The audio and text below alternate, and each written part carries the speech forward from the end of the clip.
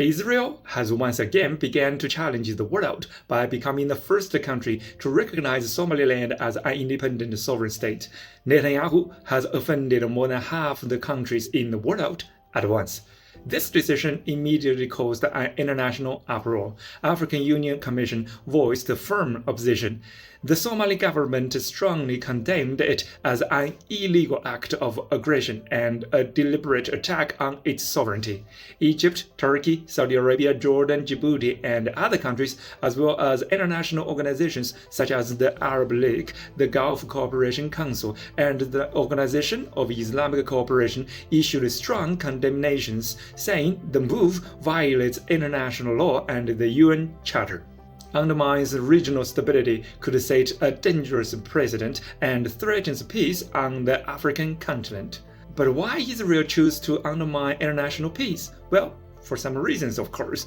First, to seize a strategic position in the Red Sea. Somaliland sits at the choke point between the Red Sea and the Indian Ocean, through which about 12% of global trade passes. Yemen's Houthi forces have continued to attack Israel-linked merchant ships in Red Sea shipping lanes, and Israeli fighter jets must fly thousands of kilometers to retaliate, at very high cost and risk. If Israel can deploy military assets in Somaliland, such as radar systems or bases, it could directly deter the Houthis and Iran's supply lines behind them, filling a strategic gap in the Horn of Africa.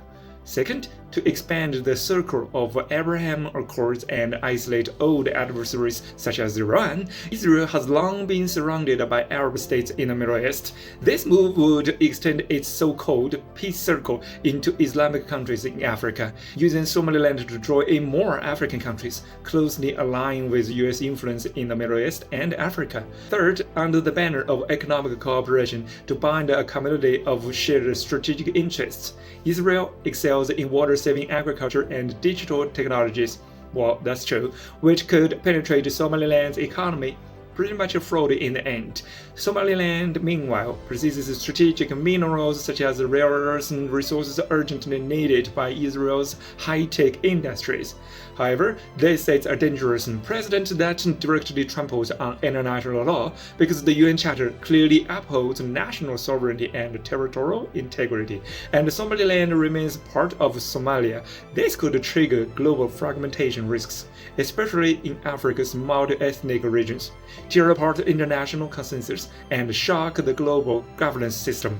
So it could turn the Horn of Africa into a powder keg for great power rivalry. Israel's intervention disrupts the balance. Somalia has vowed to retaliate. Egypt, Turkey, and others may bind together to apply pressure, and potential US-Israeli military bases in the area would lead to direct confrontation with forces such as Turkey, Iran, and more.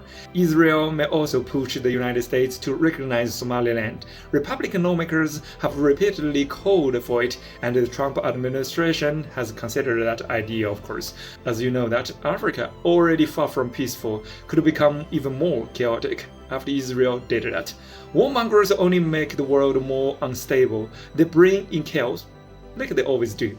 Follow me, an Eastern perspective, to see the world.